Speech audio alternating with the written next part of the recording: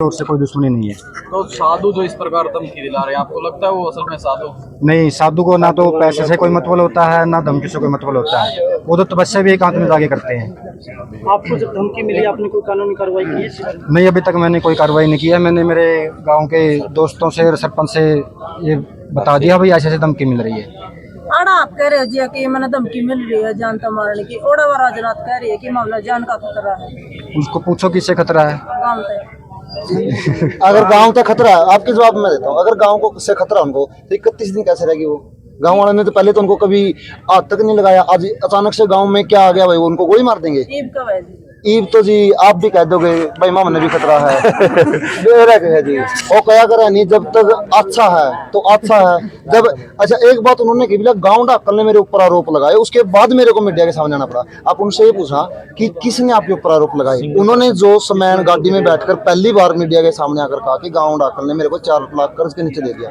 उनसे पहले गांव ढाकल के एक आदमी की आप मीडिया के सामने कोई ये दिखा दो कि जिसने ये कहा कि साध्वी कंचन नाथ या राजनाथ या आजाद नाथ यहाँ पर पैसे का जो है मतलब कि भ्रष्टाचार करके गए हैं या पैसे का इकट्ठा करके लेके गए, एक आदमी ने भी कहा। तो एक और आरोप वो कह रही थी कि उसकी ही बेटी है वो, क्या गांव के द्वारा ऐसे आरोप देखिए लगाए? ऐसी कोई जानकारी ना तो गांव के पास है और ना ही ऐसा आरोप गांव ने उनके ऊपर लगाया। अगर बेटी जिन्होंने 5.5 महीने की वो खुद कह रही है कि मेरे चरणों में चढ़ा गई थी, तो बेटी से भी ऊपर हो तो उनके लिए। और मैं तो पहले तो मानता था कि भगवे बाणे में साध्वी होगी तो इसलिए चुप थे। क्या एक पाखंडी को किसने हक दे गांव का पैसा, और 30 दिन तक तो वो लूट के चली गई यहाँ से।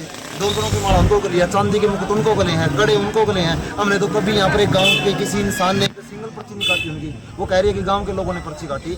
आप 1 दिन से लेकर 30 दिन तक 12 जून तक अगर किसी ने 1 रुपया अभी गाँव वाले ने लिया हो, ये साध्वी से आप सवाल करना। दूसरी बात, अभी मैं साध्वी जी का इंटरव्यू सुन रहा था, उन्होंने कहा कि शुरू में 2-2, 3-3 हज़ार रुपये आए, फिर 5-7 हज़ार रुपये आने लगे और लास्ट में 10 दिन तक तो 10-10, 15-15 हज़ार रुपये भी आए हैं। उनकी बात को बड़ी कर दो, लास्ट के 10 दिन 15-15 हज़ार रुपये, 1.5 लाख तो ये हो गई, 5-5 हज़ार रुपये 10 दिन के 50 हज़ार हो गए, 2 लाख तो ये हो गई। और उससे पहले और दक्षिणा हो गई, फिर चांदी का मुकुट हो गया, डॉलरों की माला हो गई, और 78 हज़ार रुपये आप कह रहे हो कि दिन के दिन खुद में उन्होंने माना है। अगर आप इनका भी जोड़ लगाओगे तो 7 से 8 लाख रुपए तो उसकी कैलकुलेशन के हिसाब से बैठते हैं।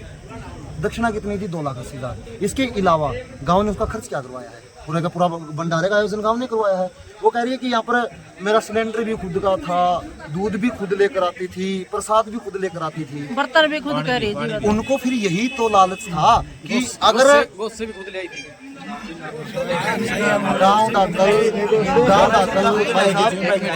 गांव दाखिल शुरू से ही धर्मस्थली रहा।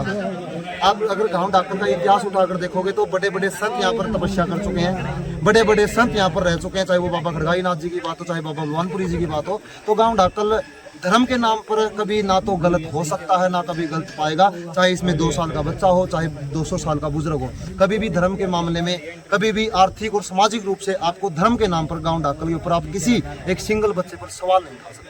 पूरे गांव ने साध्वी कंचन नाथ को देख करके, उनकी भक्ति भाव को देख ही प्रभावित होकर ये इतना बड़ा भंडारे का आयोजन किया था।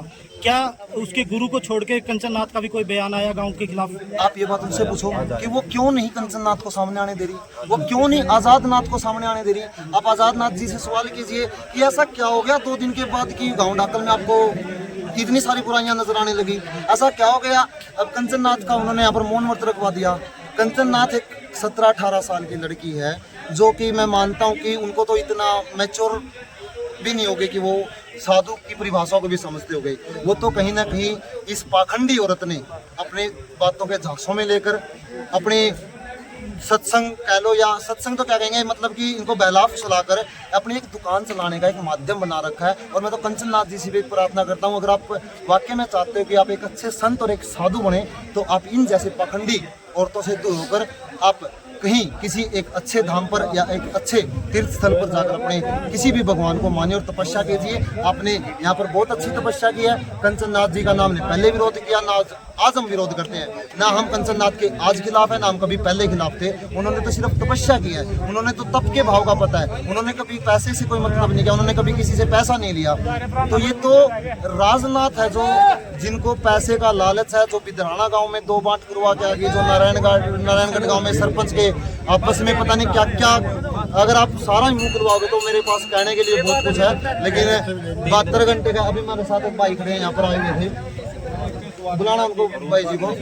जो क्या बयान आया? आजाद नाथ ने ये कहा जी कि 3 दिन पहले तो वो बोल रहे थे कि वहाँ डक्कल गांव जैसा मतलब कोई गांव नहीं, इतना मान सम्मान किया।